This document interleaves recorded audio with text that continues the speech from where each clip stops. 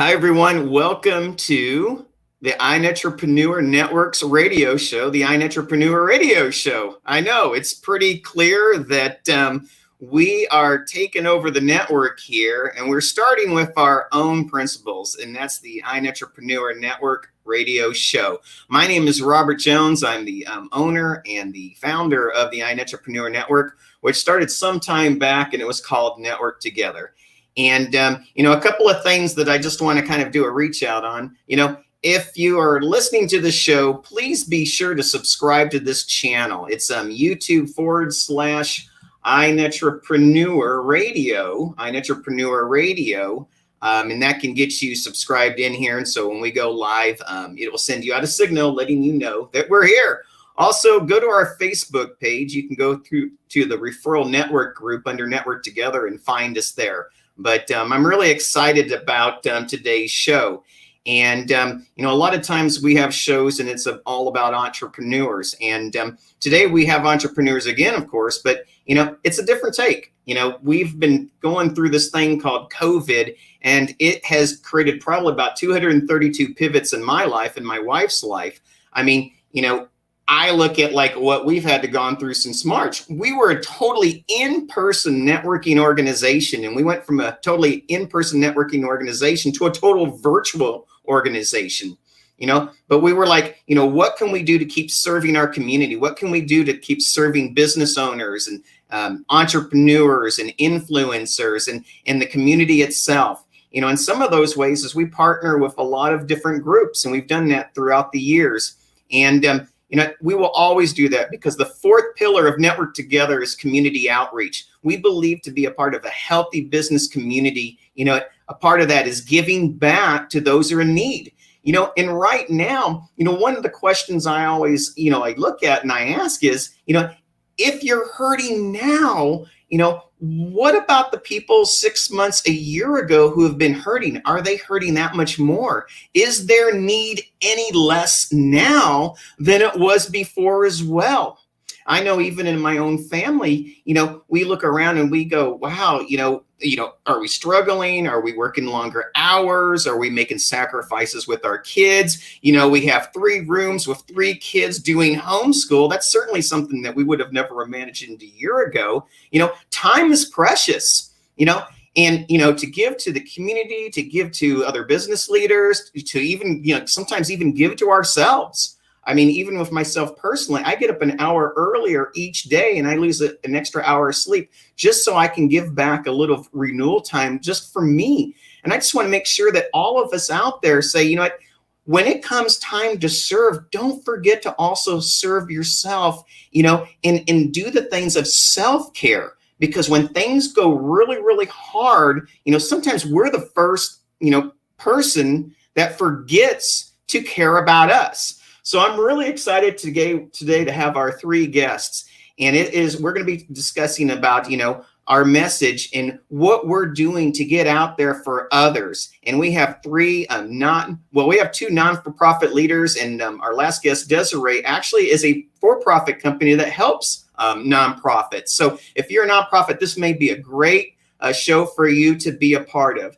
So what I'm going to do is I'm going to let our sponsor, play the first message here, and then we will get on our show with our first guest, Tamara Hunter with Chemo Buddies. I'm really excited to have Tamara on the show.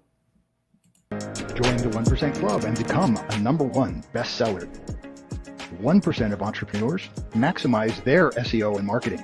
You are invited to become a contributing author for the guaranteed best-selling book, 365 Quotes from Networkers. Contact your show host to find out how. Join the 1% Club today.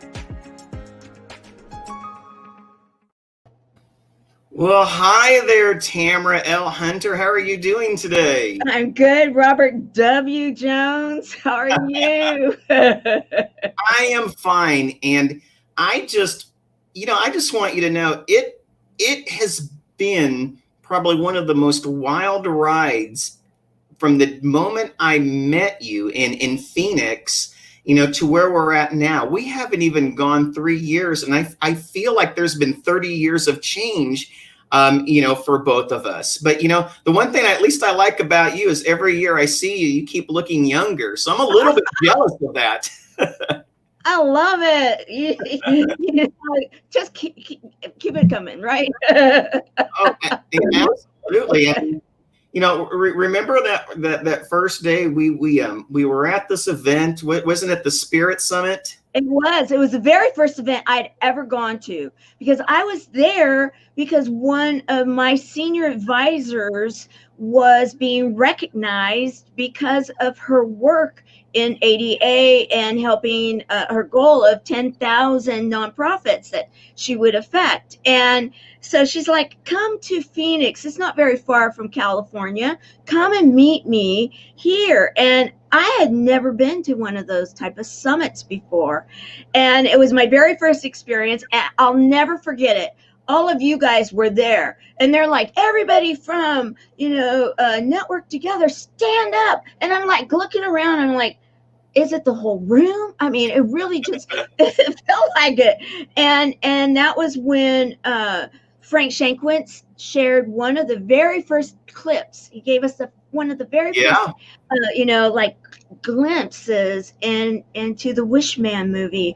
Oh, what? And the people I met at that particular summit, I will say, are some of the people that are still with me now. It was incredible. Agreed. I feel like that there are certain points in your life where you can say it all started there.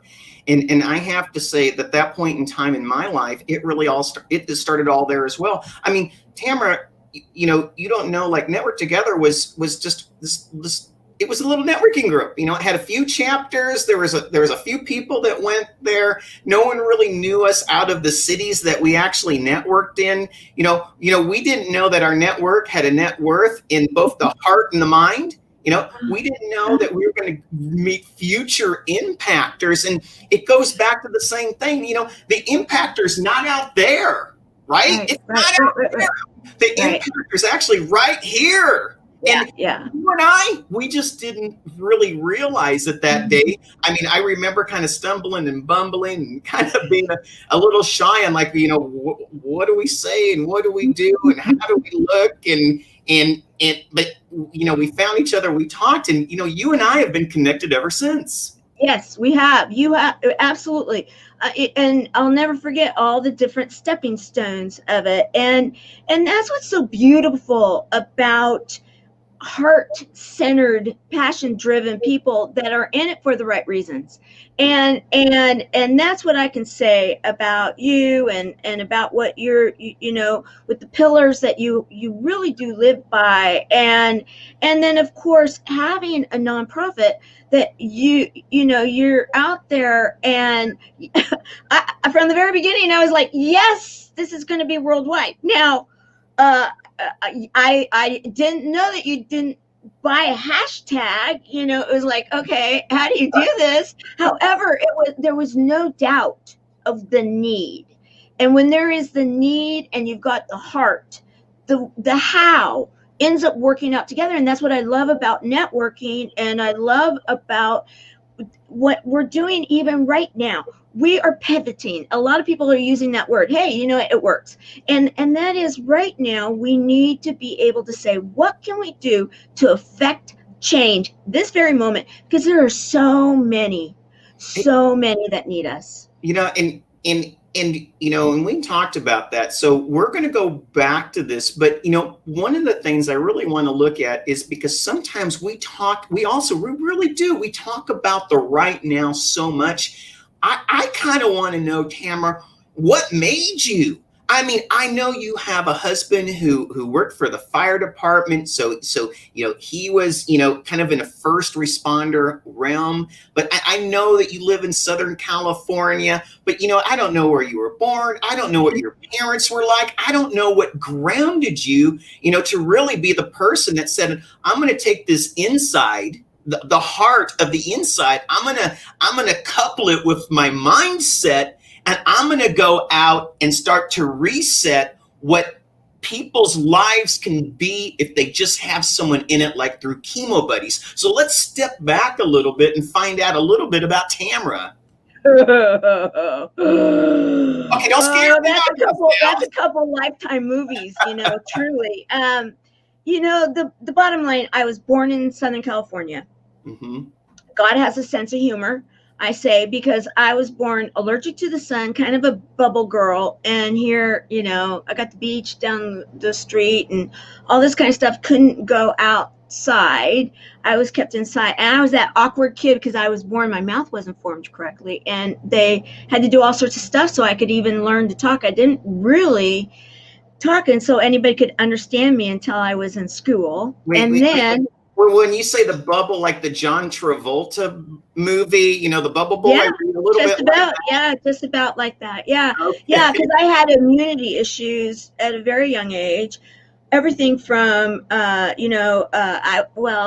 ended up with hepatitis when I was really young because I was so awkward that kids threw me into an open sewer, and boom, that ends up happening. And then they found that I had anemia problems, a bunch of different health issues that created an issue that back when, I'm kind of like a little older than a day old, wink, wink, and so back in those days,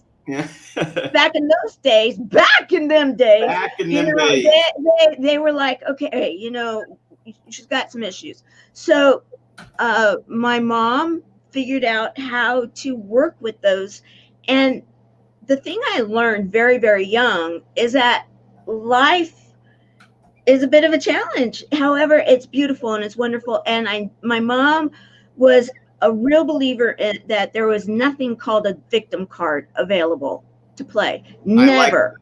Never. That we found a way to win in everything. And so, we had to be creative at times. However, we were creative. And so then she ends up having some issues like a nervous breakdown and there was things, and so I ended up graduating from high school at 16 and leaving my hometown and going. Well, and so that's what I mean. This added to the who you are now. This added to the why you do what you do, because you came from a little bit of a stressfulness of from the immune system. You had to conquer a few things yourself. You had great support in your life, which mattered, right? Yeah.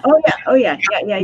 You had a mom which you probably gave hope and support to as well. And I think it probably in your mind probably seeded, the ideas that you have now for Chemo Buddies, where it was like, everyone, at one time or another in life, sometimes just need conversation, just someone who's there. So now we speed up with the background that you have. When did that light turn off and you said, you know what? I can help people. I can truly, in the smallest of ways, like little pebbles that create ripples to even becoming, the next impactor. But it really goes back to the foundation of those small little ripple effects in your early life. But when did you wake up and say, you know what? I'm going to create this awesome, tremendous, life-changing organization. When did that occur? Well, my very first day, because I'm a cancer survivor, as you know, and not everyone does, but I come from a family of 5 people and 4 generations, all through one line, that have heard those words. You have cancer, 2 of which didn't make it. They gained their wings, and 3 of us did. And when I heard mine, I did do traditional therapy. And my very first day of chemotherapy, I ended up it was the very best day of my life because I nearly died of an allergic reaction. I was asleep. My face ends up getting really, really hot. Someone wakes me up and my throat is closing up. I couldn't open my eyes. Someone's like, "Are you okay?" And the nurses and doctors took care of it all. But the person that saw it happening, because I was curled up in a ball, was my original buddy's sister. Okay. And her daughter. And so what happened was that we met each other and we traveled our road for 1.5 years together, and the doctors and the nurses noticed something that was tremendous, and they said we needed to do something about it. They kept saying we need to bottle the 2 of you, because they said that we would raise the frequency of of healing. We would raise the frequency in the clinic when we just drove onto the parking lot. And so then they started lobbying for us to do something. And well, and that is so cool. I mean, that is one thing where I really enjoy the life and the time and the era that we both live in, because, to say that even 20 years, raising the level of energy and vibration would be like hocus pocus. That sounds like a bunch of crud to me. But now, I think we're starting to look at, vibration really is a part of health. Yes.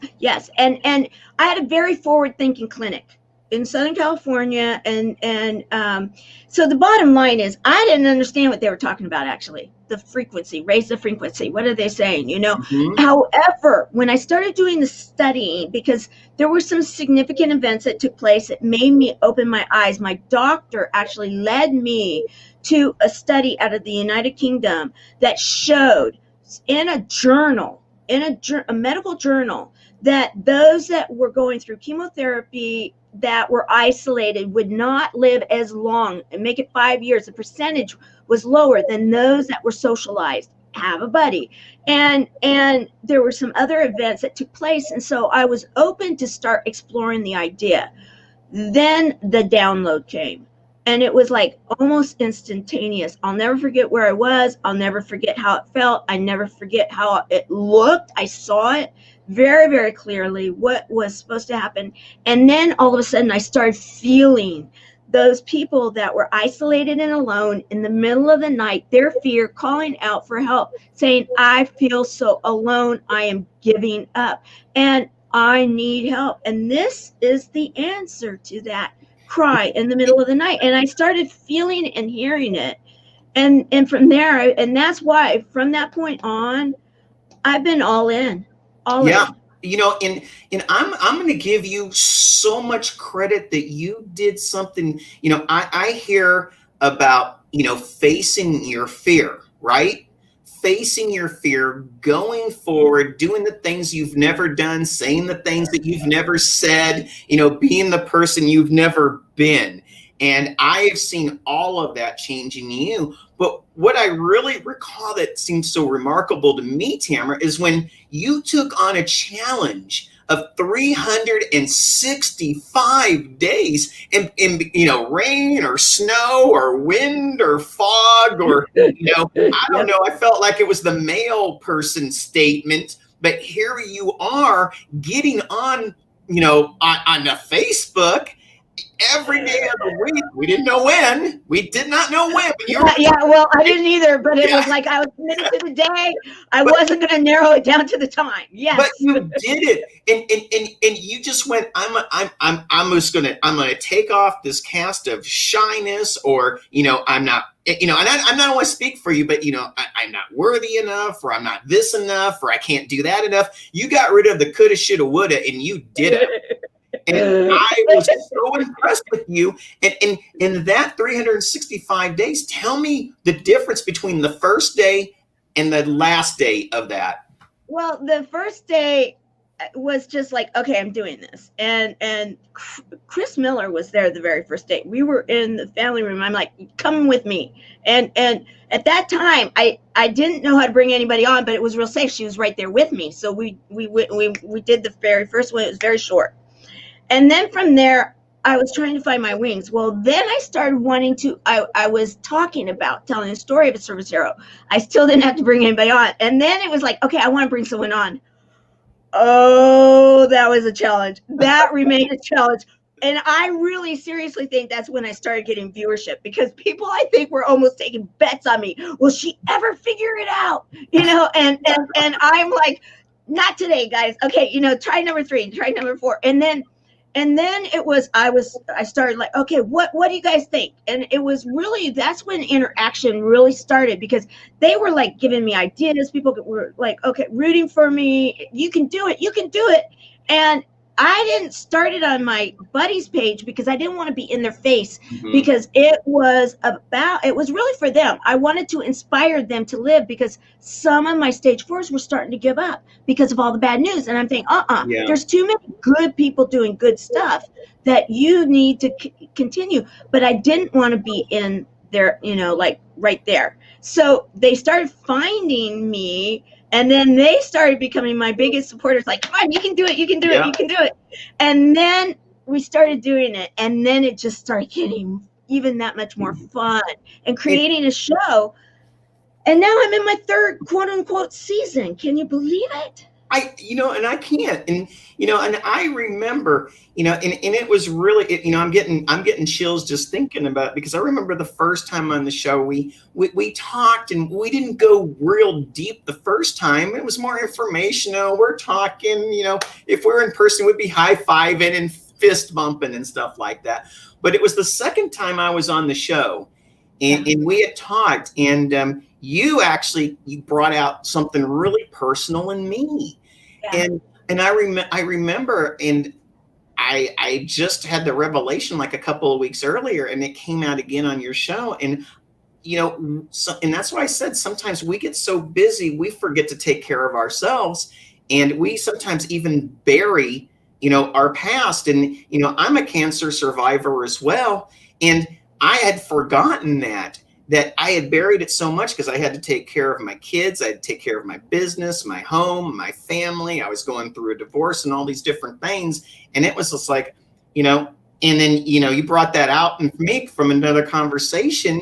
And it was like, wow, you brought me to tears and emotion in such a way that, us men, especially, I'm a former Marine. 6 years in, I was I was with the infantry, and then I went to, communication center. But, it's not about that. It really is about, overcoming.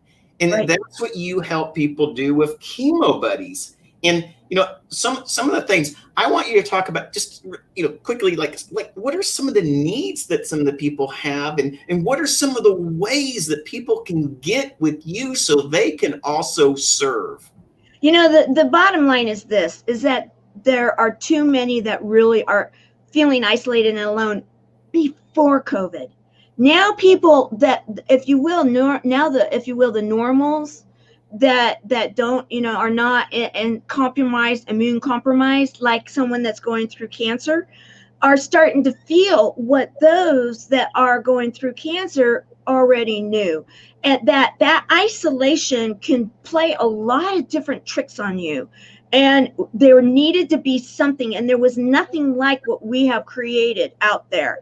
And so the way that people serve now is that they serve in a variety of different roles. Everything from, we have daily get-togethers, and we are getting together quite a few times in the day, to having classes, to, now we have actually had stage 4s, one of which now, her last PET scan came back no evidence of cancer. We have others that their results are so much better, because we don't take a stand on treatment, but what we take a stand on is self-care. Yep. And teaching about frequencies, teaching about healing through connection with ourselves, healing through connection with a body and with community.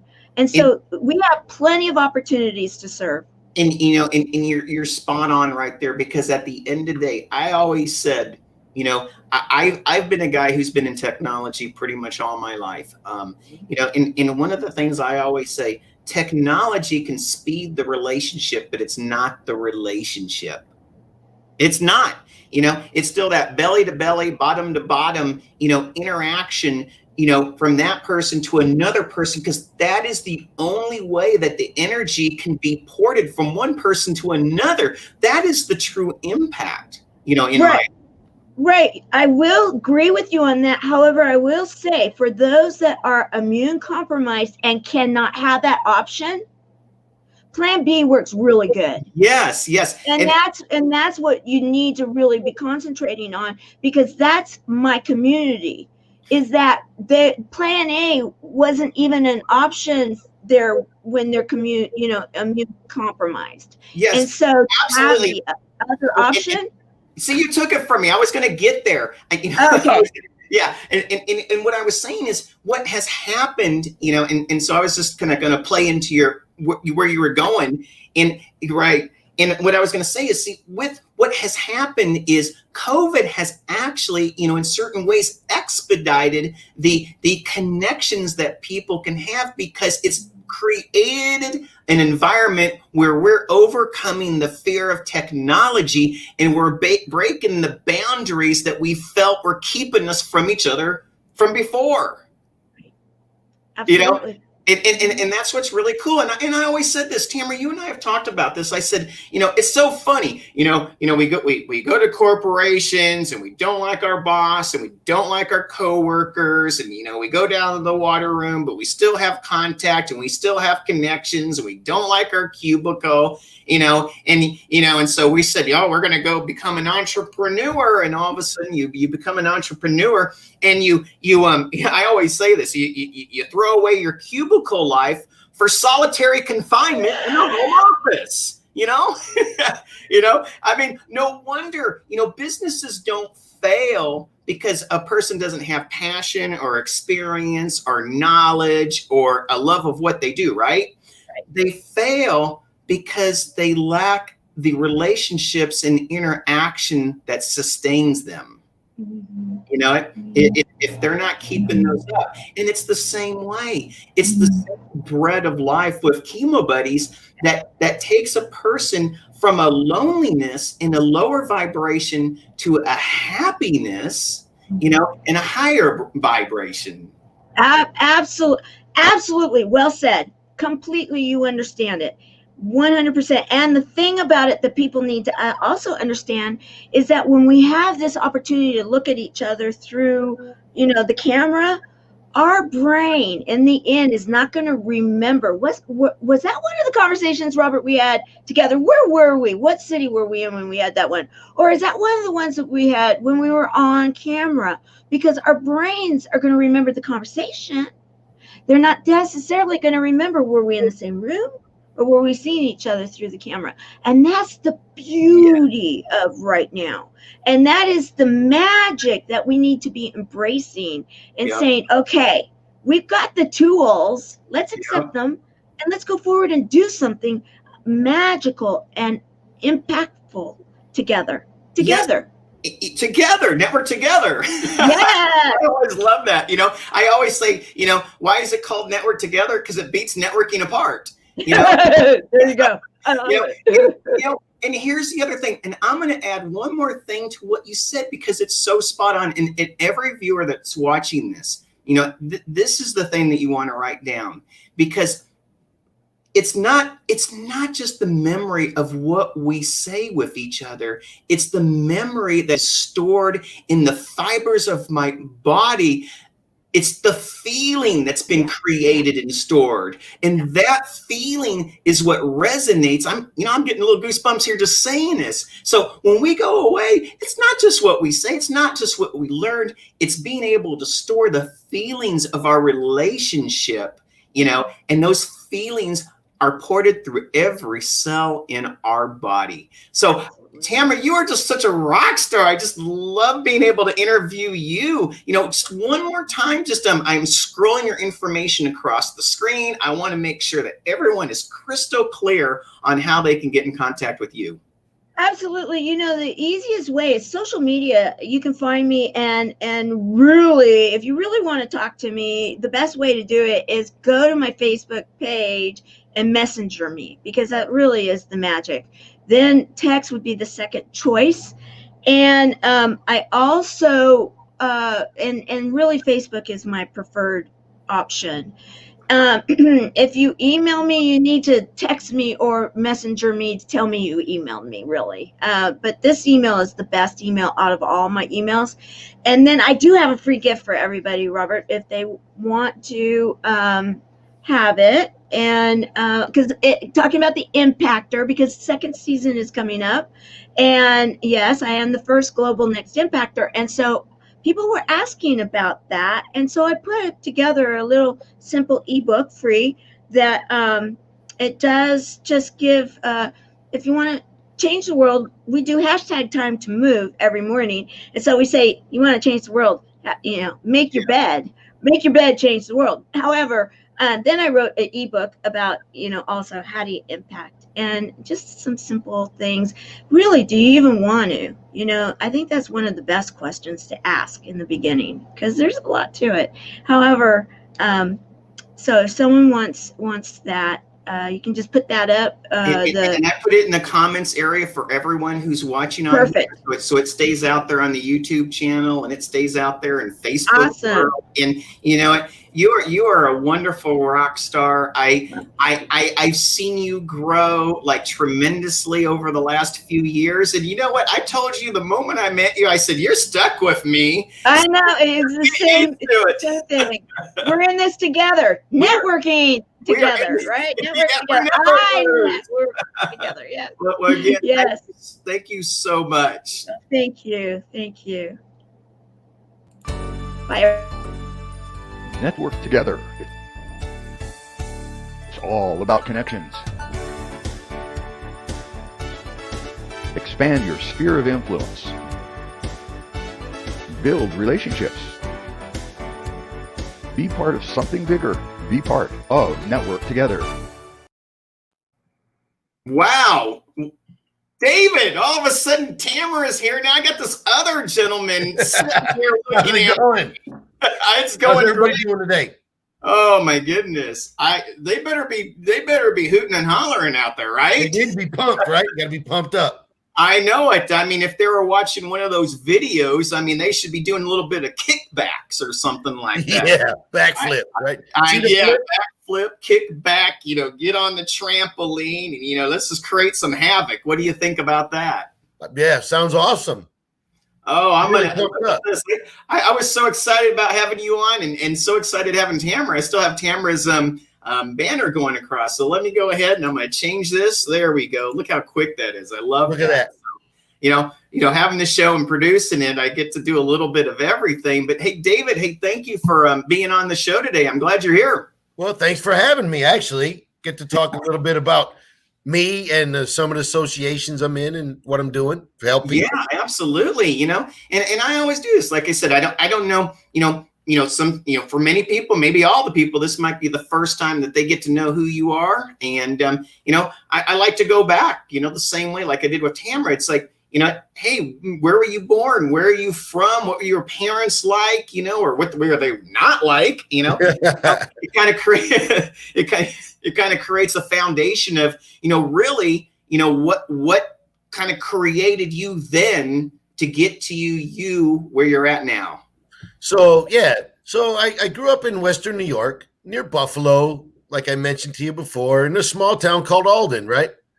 Kind of probably 20 miles from the city, really. Small town America. No one really moved. Like my parents had the same phone number their entire life together, right? Yeah. But it was great. A lot of winter stuff, winter sports, Buffalo, snow, right? Snow. Yeah. And we talked about that. I said the best summer I ever had was the summer I stayed in Buffalo. Beautiful, green, awesome, the water and, different places, just clean, great people. First time I ever had buffalo wings, but they nipped me in the bud really quick. They said, there's no such thing as buffalo wings here, Robert. No, it's only here, wings. Right? Yeah, just wings, or hot wings. And then I went there one winter and I thought, man, this is like the worst winter I've ever been. So I thought if there's any city that gets the best and the worst, it's probably Buffalo. Yeah. And there's so much to do in Western New York. A lot of people think of New York, they think of New York City, right? Yeah. Which there's a lot of stuff to do there too. But there's so much to do in Western New York. It's so, I guess, ethnic based, so many different people going on. And it's just a great town to live in, an area, really. Well, I mean, a lot of people don't know. I mean, you're close to Canada up there. You got, Pennsylvania over there. You have the lakes. Isn't there like the Adirondacks or something like that? Isn't there like a big national park over there or something? Right. We got Allegheny State Park and that. Allegheny State Park. Yeah. It's Yeah. been a while since I've been over there, but I know it's just an amazing thing. But but like I said, you grew up in it sounds like a really good upbringing, really young, but some of the things that changed you. I know at one time, like me, it sounded like in '82, you joined the military, right? Right. I actually I joined the Army and left, and I ended up doing 25 years in the Army. So I hadn't lived back there for a long time, right? Just recently moved back to the area. But in my Army time, I deployed several times, spent 5 years in Afghanistan and different things. And I guess to keep it pretty simple, went to combat a few times. So I'm a PTSD as the VA. Yes. From it, right? So, and not just combat veterans suffer from that. You got your firefighter, all your first responders, your police. Could be a car accident that affects you, or a rape victim. There's a lot of ways that people end up suffering from PTSD. Well, and it's like it's hard to know PTSD. I mean, there's even a medical version of PTSD. My son has the medical version of PTSD that he got within the first 4 months of his life because of some of the operations and some of the happenings he's had. And when you see people around you, and if you've had it, or you're really close to someone who's had it, you see it, that there's certain signs, isn't there? Oh yeah. And you'll see it too. A lot of, I'm related to the military and first responders mostly, and police, but they have a lot of fight or flight, right? Yes. Fight or flight response, big crowds, loud noises, for instance, or different smells will trigger different things, stuff like that, right? For me, it was crowds and noise. That was like a trigger for me, and it would create a bad experience. Where to the point that I didn't go to like social events, concerts, or I would avoid it. Just avoid it, and just I didn't want to do it. Yeah, and and there's a special bond. I served 6 years in the Marines. I was blessed. I say blessed, yeah, to go to Panama. I mean, I experienced being shot at. I remember like a proud guy who survived something. I wanted to take my canteen back to the United States, and they wouldn't let me, and I was so bummed about that. It had a hole in it, right? Right. And but a lot of people don't understand that, a lot of times I hear it, and you probably hear it too, that we support our military. And I always say it's so easy to say that you support your military, but it's much different than actually supporting those who have been in the military. And that's something that I sometimes, I put in the shelf, I put in the box. I've kind of walked away from it. I was one of those guys. I did my service. I went on, and I just kind of ignored it. But right. Eventually they bring you back, don't they? Yeah, and like you said, there is a special bond. You look at your police and firefighters, and sororities, a fraternity, whatever you want, the Masons, whatever you want. There is a special bond, and all of a sudden you separate from the service. Say, well, when you use the military, right? Because I'm in the Combat Veterans Motorcycle Association. You separate from that military service, and that bond is gone. Not a lot of civilian people who haven't served understand the whole combat thing. Like, he was in Panama, and you get shot at. Not a lot of people can relate. Like, getting shot at is a unique experience. It's not natural. No. And you never know how you're going to react till it happens, right? You don't know. And we need support. And a lot of times, I found it. This may not be true. I can only speak from personal experience. But so when I was out of the military in 6 years, and it was really funny.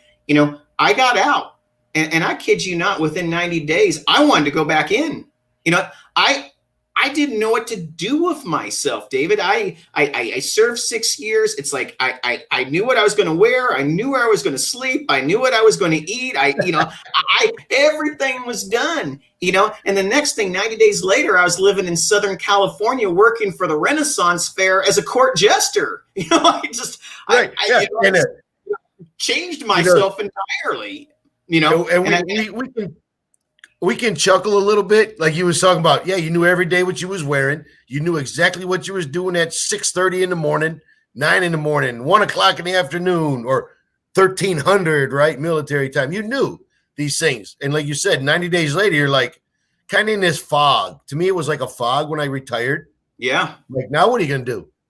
Yeah. Like, I had a guy ask me, he said, what are you going to do now? You got to decide what you're going to wear to work. I'm like, what? Like, it wasn't a conscious thought prior to, and all of a sudden there you are. So I was in this fog, and I found this association. You see it scrolling on the bottom there, Combat Veterans Motorcycle Association, and we'll get into that here in a minute. And it was kind of like, holy cow, it's kind of like kind of like it was the military, right? Because even to join it, to be a full member, you have to be in combat. To be a support member, you have to have served in the military. And to be an auxiliary member, you have to be married to one or the other just to be in the auxiliary. Well, and really, when it comes to the military, when you say combat veteran, because I know what that means, but most people, even those who have served or those who have been reserved or those who have remained stateside, they actually don't know what that means. Tell us a little bit about what that means and why so many service members actually develop PTSD because of that. Yeah, okay. So to be a combat member, you have to, one, deploy to a hostile environment, right, for a given time. Now the tours for the Army and them are 9 months long. It used to be 12 for the Army. And the Marines were 8, Navy and the Air Force is like a 6-month deployment. But you're there. And depending on your job in the Army, like I was a combat engineer, there's combat arms. Well, you have your infantry, your basic grunt or mud Marine, as they used to call them, right? Yeah. So they're out there actively seeking the enemy and fighting with them with weapons. Or they'll go out there till the enemy decides, oh, we're tired of these guys walking down the street, and they start shooting at you. Yeah, and there's never a moment's rest, even when there's rest. No, you can't disengage from it, because even when you're in your like little base camp, you still got the guards, you still got mortars, you still got rockets, you still got the possibility of attack. So even when you're asleep, are you really sleeping? No. So then here's the problem where this PTSD starts coming in. So we'll say yesterday you get in a firefight and God forbid you lose a couple guys. Where are you at tomorrow?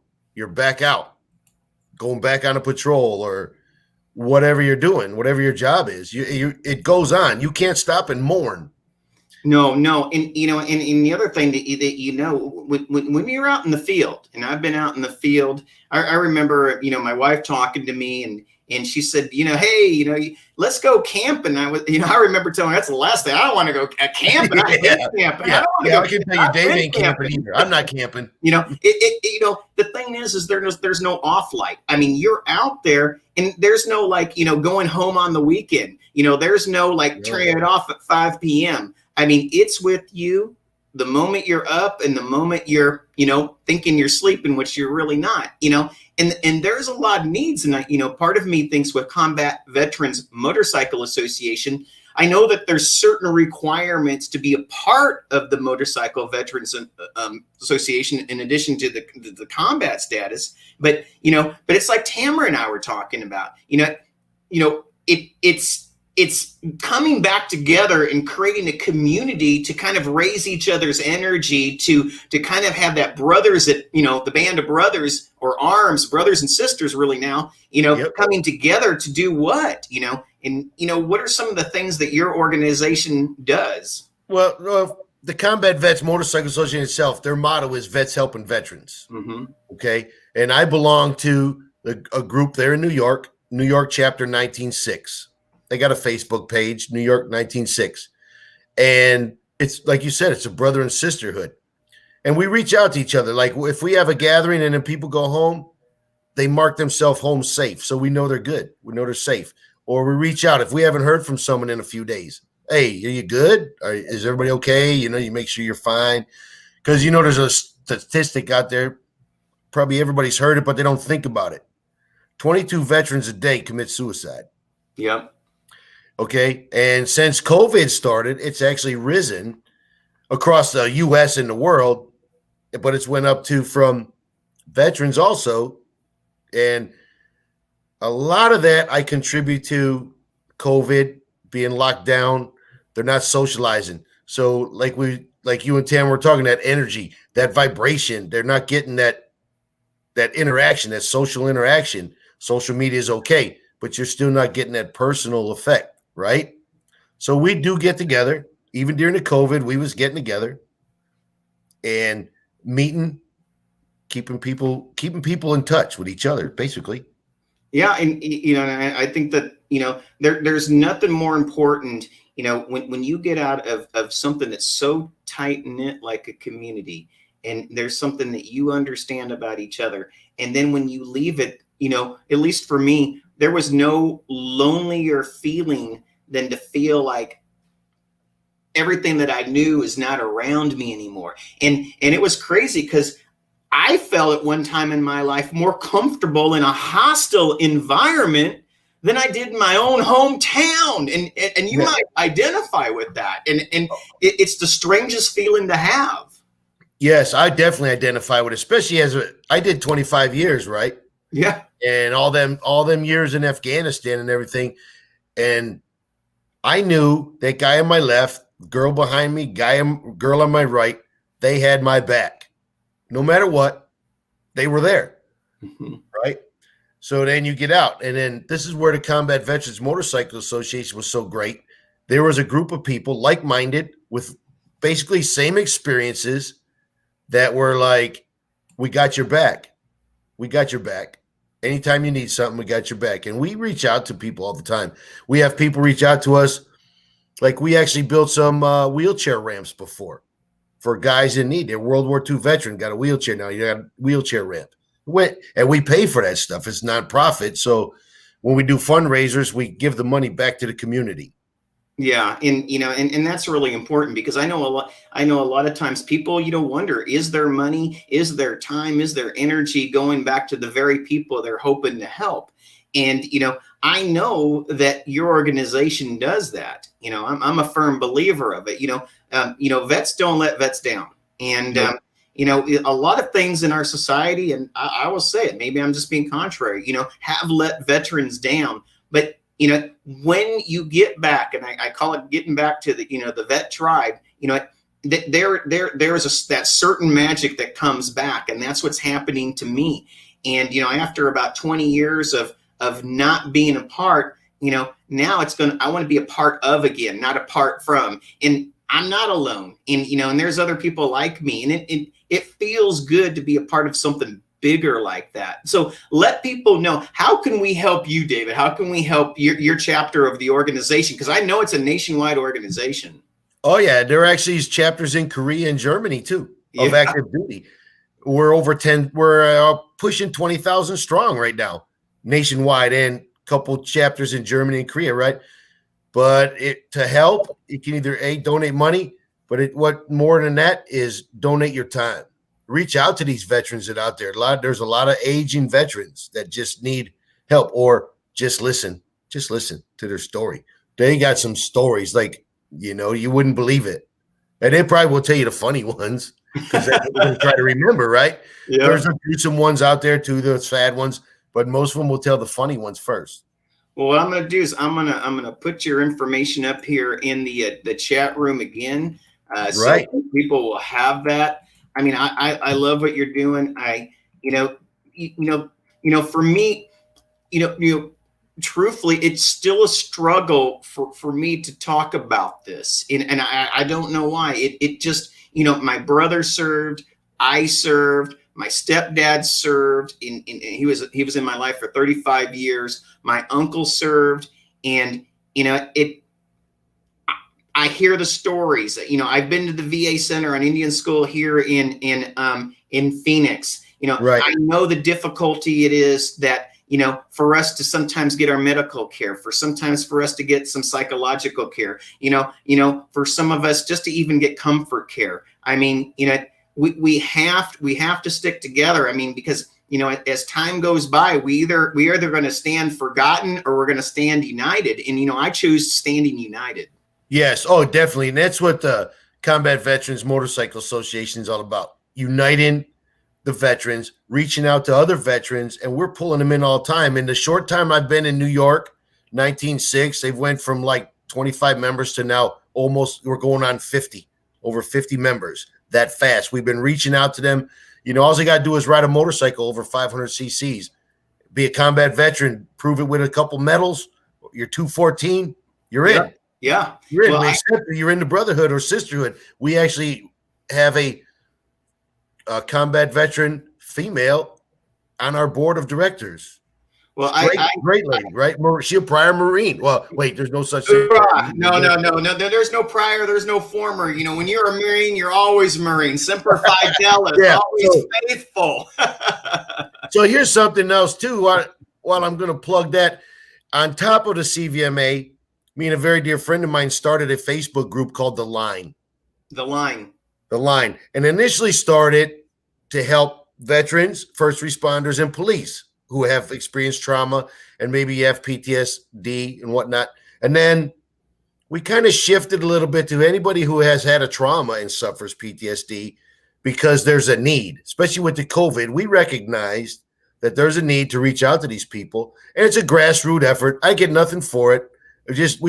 Me and this person, we do it with our time and reach out to people and just try to get them connected with each other. Yeah. So there's a little plug for my Facebook group. So Facebook me. And I saw Tamara, she reached out to you. She put, love what you're doing, David. Thank you for your service. And, go ahead and put that Facebook page in there. Let's not hide it. I learned from a gentleman named Silo Moses at the Spirit Summit that Tamara and I were talking about. He says, what good is a message if it's written in a shoebox in your closet at the house? No one's going to hear it that way. You got to get out of that shoebox, out of the closet, and out of the house, and start saying it so others can hear and others can take action as well. Yes, no doubt. And well, I can't see the chat right now. Okay, I can't see the chat right now. That's the way it goes. Yeah, but anybody can look me up on Facebook. Friend request me, David Steffenhagen. I'll get you linked into The Line if you're suffering from any sort of trauma. It don't have to be you don't have to be military. That I'll get you in there. Well, we appreciate that very much, David. Have a great day. Stay for after the show, so all of us guests can I can have all the guests contact each other and get together, and let's see how we can all support each other at a bigger, broader level. But thank you so much for your service. Will do, brother. I'll be hanging out. All right. We'll talk to y'all.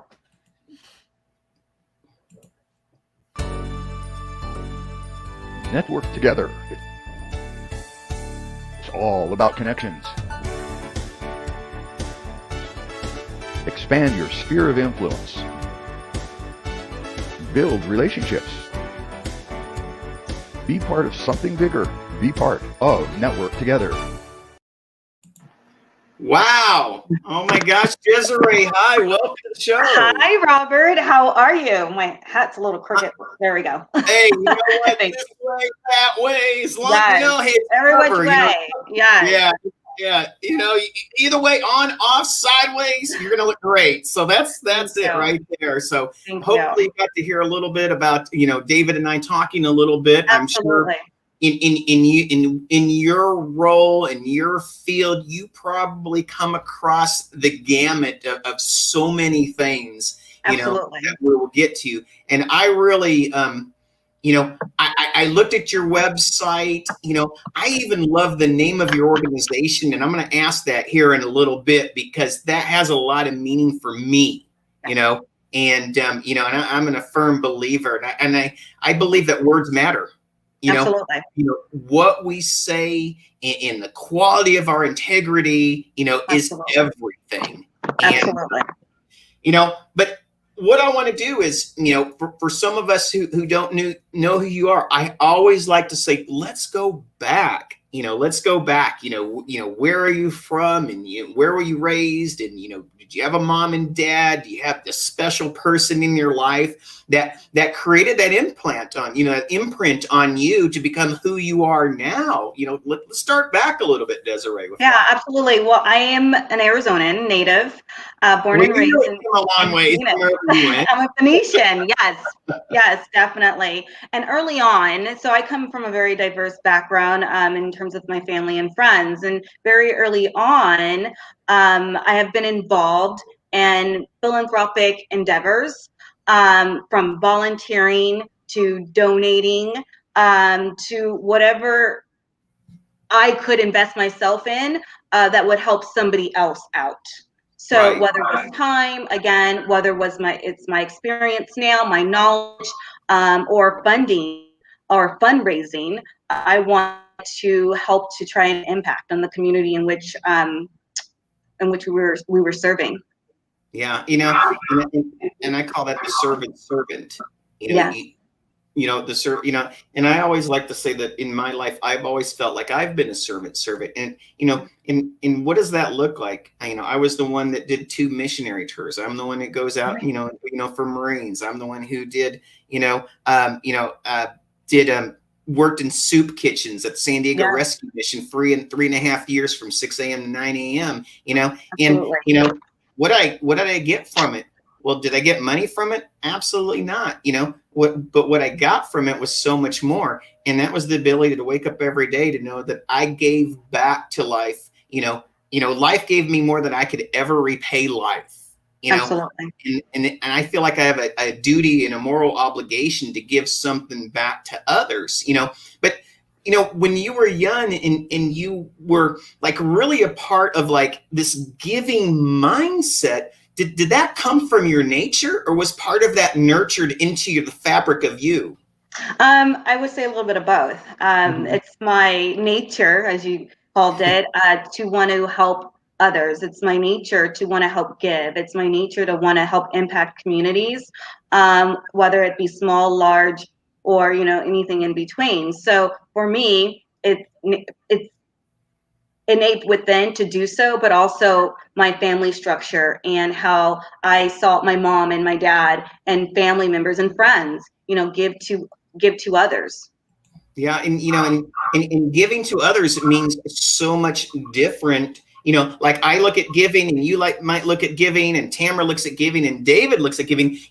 Giving is one of those words where it's like we say it. I give at the bank, or I give, I pay myself first, or I give to the Toys or Tots, or I give at the Salvation Army.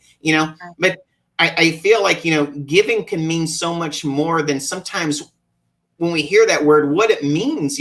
So when someone says, when you say that you give, I think that means even more. When you say you give, what does that look like? It's the ability to feel as if I have something of value that I can help with somebody else to help uplift them, whether again it's my time, my knowledge and experience, or resources, then I'm doing my part as a human being to help lift that person or that community so that they can help lift others or another community. So it becomes full circle. And see, what I love about what you do, and this is where a lot of not-for-profits may need a little bit of help. Not all of them, but quite a few. My father-in-law, he works for the Red Cross. He is the media specialist for the entire Red Cross. So he flies to Texas and Georgia. All over. All over, It's like, is he going to make family dinner tonight? I don't know. It's like, where's Waldo? Yeah, totally. It's always like that. Is my father-in-law going to make dinner tonight? Yeah. But the Red Cross, they've been around a long, long time since Clara Barton started it, so many years. I think it's Clara Barton. Yeah. So many years ago. So but for a lot of not-for-profits, you actually provide the services that they need, because sometimes they're not that efficient. They don't handle their money very well. They don't know how to get the best out of PR and marketing. They don't know how to, leverage their value very well. They don't even know what value means or what type of proposition, or they don't know how to do things that are non-money oriented, even with their own staffs, like to edify them and to make them even feel valued. Right. And from what I saw, this seems like part of your true mission. It's teaching and training and mentoring and modeling, not-for-profits to go from, being a sloppy giver. I hate saying that, but truthfully, from being a sloppy giver to being a fruitful giver. Right. No, absolutely. Absolutely. And, it comes with experience. I didn't start off with knowing everything, but you better be darn sure I was going to learn it. And I was going to have mentors also to help me learn it. And I'm a visual learner. So I'm not only having these other outside factors, but I'm also watching people. And, whether, they're doing the right things or the wrong things, I'm still watching, and I'm taking that in and analyzing and dissecting, so that when an opportunity presents itself, or when I'm ever in a situation, then I can put forth the most effective and efficient way in terms of leveraging, that situation to benefit the objective at hand. Yeah. And when I hear you, and you may identify with this, at least I found this too, but this is the most ironic thing ever. So tell me this is not so true. I mean, sometimes it is so hard, right, to coach a giver. Yes.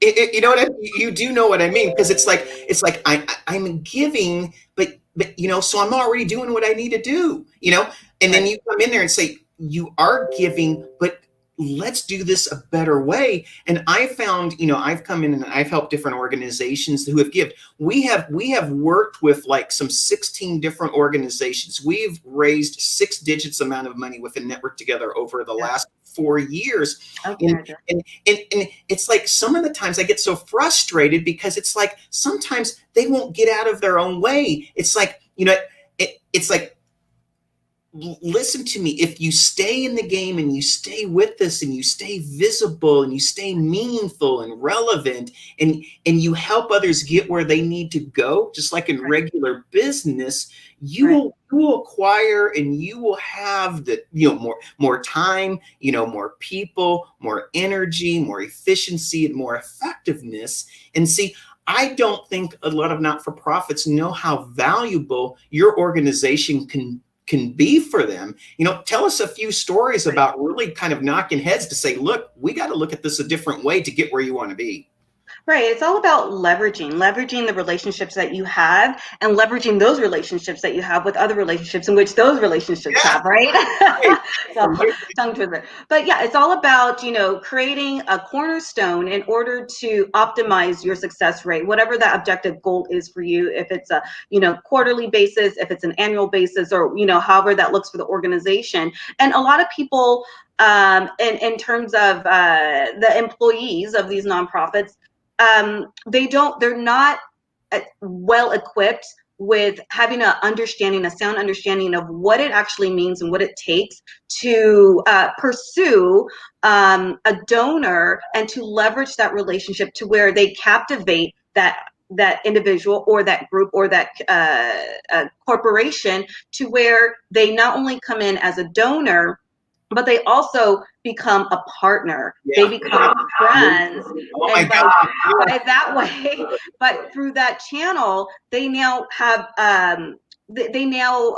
retain volunteers. They now have ambassadors. They have such a broad resource, if you will, at their hands, to where they can really leverage those relationships to help expand the overall mission for the long-term value of the organization. Well, in that word, partnership. Yeah, that's very key. It is very key, because because a lot of times with different organizations, it's like, we gear up for the big dance, right? Yeah. And then we have our dance, and then it all goes away. And partners don't do that. It's like it's like albatrosses, which is a kind of interesting bird in history. It's like albatrosses mate for life. They partner for life. They care and they help each other. And and that's one of the things I believe that you can marry a not-for-profit and several not-for-profits with for-profit companies that actually will benefit each company far more than if they were to do it on their own.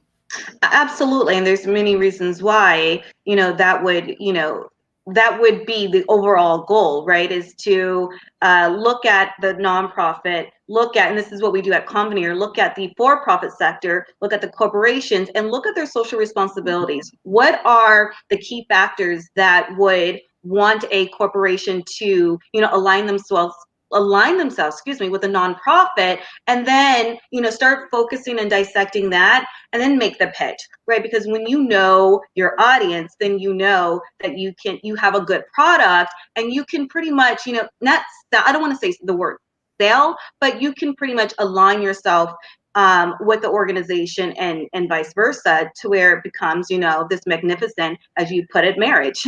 Yeah, and when it comes to, and I want to get it right, so when it comes to the name of your company, Conveneer means the covenant, right? The covenant is, biblical, united, yes, and together. And, like the name of, one of my organizations, Network Together, or, I love it. Yeah, it's like, because like I told Tamara, I said, it's so much better to network together than to network apart. Absolutely. Better together than apart. It's like, two birds better than one. I mean, and it's, if it's truly for the best of the community, and one is really trying to uplift, individual communities, what have you, then why not strategize and multiply by creating those relationships that will help, get, again, the organization to its objective.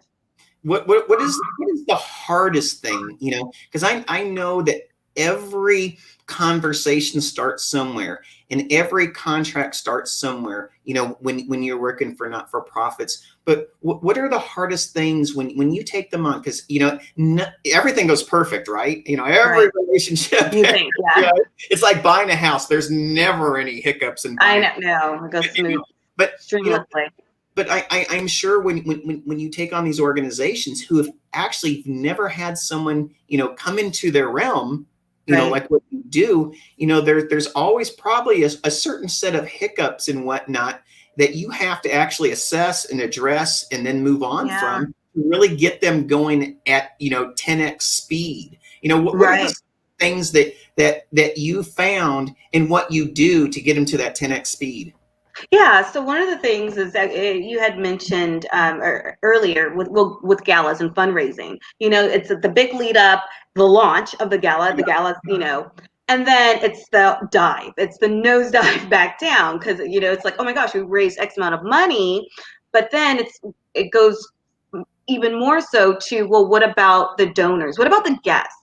How are you interacting with the guests after that? How are you leveraging the gala, the fundraiser, the auction to continuously keep your guests, the guests that were there, abreast to your organization, so that it becomes, again, a partnership, and that they continuously give not just their time, but also, monetarily, or resources that they may have. So that is the hardest thing that I've seen with a lot of nonprofits, is after, fundraisers or galas, auctions, it's like, well, what do we do next?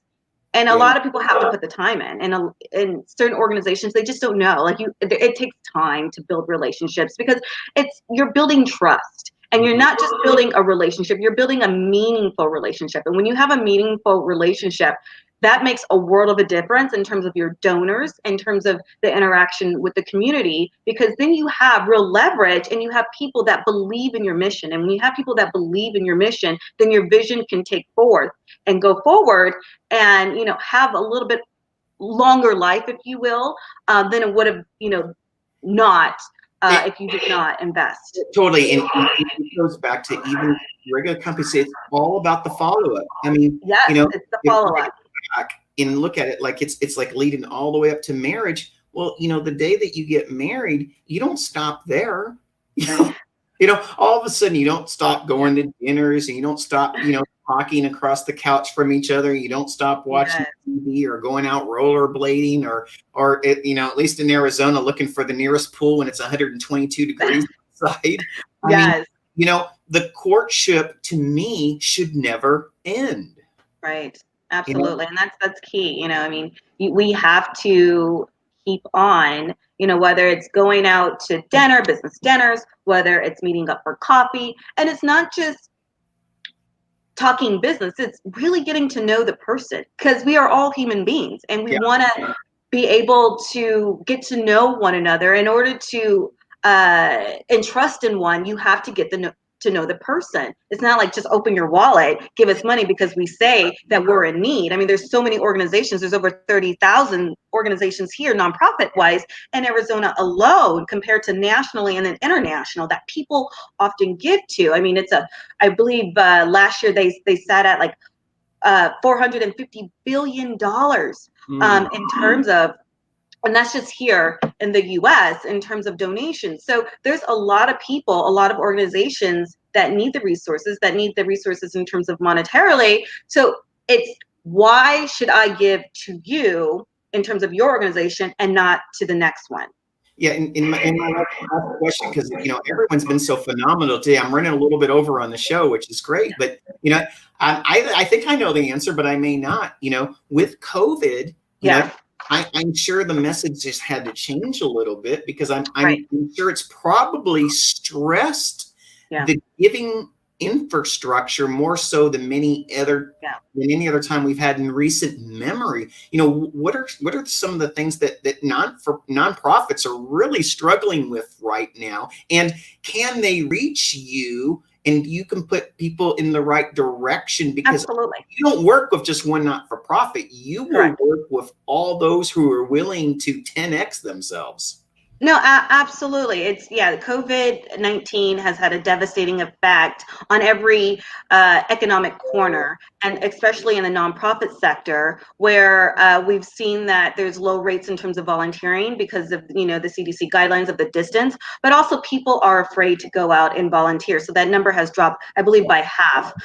In regards to donations have declined, but we've seen an uptick in more so for health and pandemic due to the virus than not. But there's a lot of families and children that are at risk of being pushed into poverty if they're not in poverty, because of the lack of resources from the smaller nonprofits that are drowning currently. And a lot of them will not be around in the next 2 years if they don't get some funding, whether that be through a stimulus package or whether that be through a state package or just through state funding.